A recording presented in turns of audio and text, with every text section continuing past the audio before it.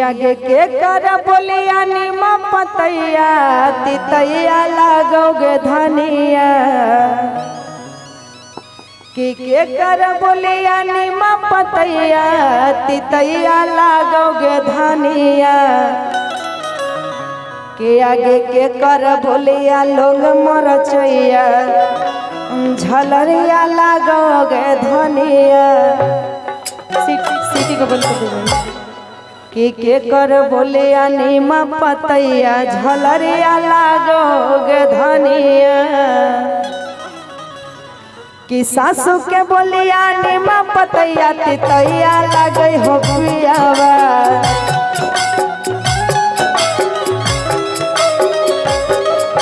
सासू के बोलिया निम पतैया तितैया लागे हो पियावा।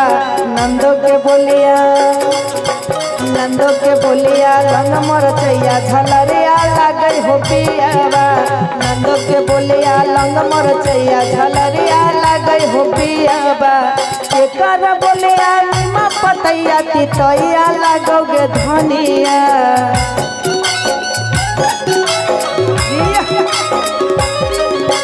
के कर बोलिया निम पतैया तितैया लागोगे धनिया। के कर बोलिया लंग मरचैया झलरिया लागोगे धनिया। के कर बोलिया लंग मरचैया झलरिया लागोगे धनिया। ओहो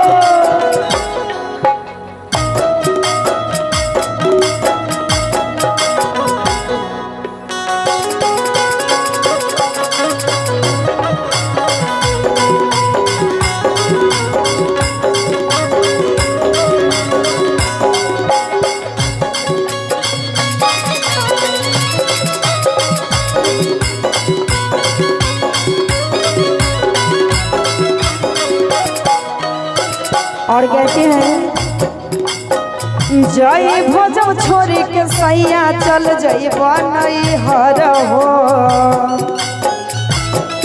1 मिनट सुनिएगा। हेलो इनको ले जाइए वहाँ बैठाइए। पहले आप बैठाइए नहीं तो मैं एंट्री नहीं करूँगी इसके बाद। बैठाइए इनको। ऑर्केस्ट्रा आप करवा रहे हैं। इतना अच्छा प्रोग्राम हो रहा है क्यों गैदरिंग कर रहे हैं तब से। तो बैठाइए मैं कह रही हूँ ना बैठाइए ना इनको। चलिए बैठिए ले लिया है ना बैठिए। ठीक बैठिए ना बैठिए।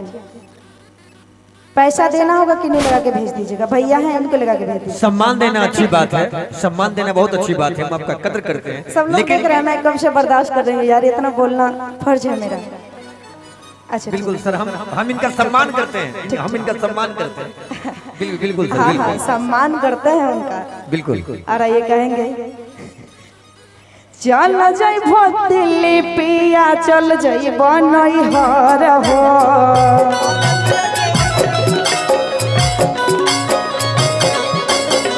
चल जइब पिया जब तू चल जइब नैहर हो।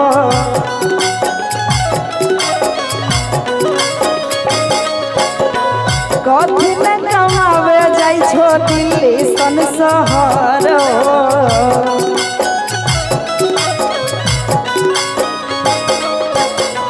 चल जइब राजा जी हो चल जइब नैहर हो।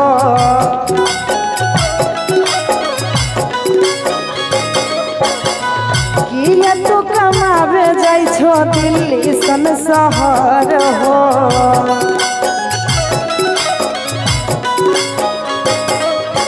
सासू के बोलिया निम पतैया तितैया लागई हो पियावा।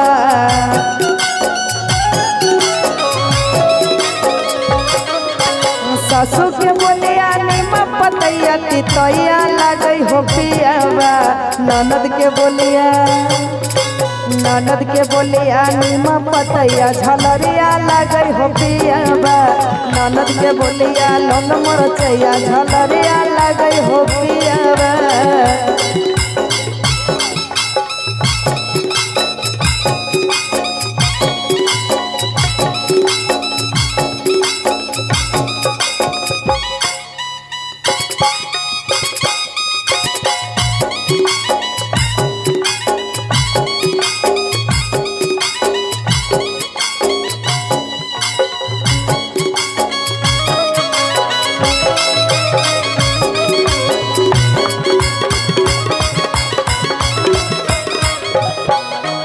और कहती है चला ना राजा जी हो सोनारा के दुकानिया,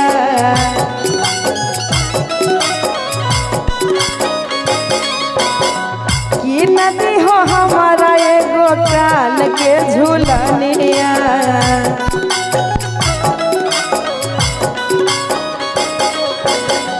चला ना सैया जी तू सोनारा के दुकानिया,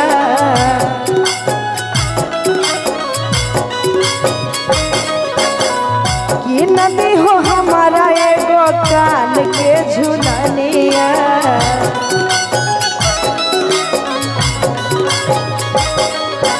ओठ में लाली कान में बाली झूलनिया ले बहु पिया,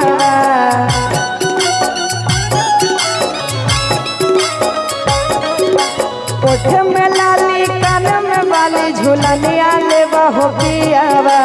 ननद के बोलिया नीम पतैया झलरिया लगई हो पियावा, गोतिर के बोलिया नीम पतैया झलरिया लगई हो पियावा, सासू के बोलिया नीम पतैया झलरिया लगई हो पियावा, सासू के बोलिया नीम पतैया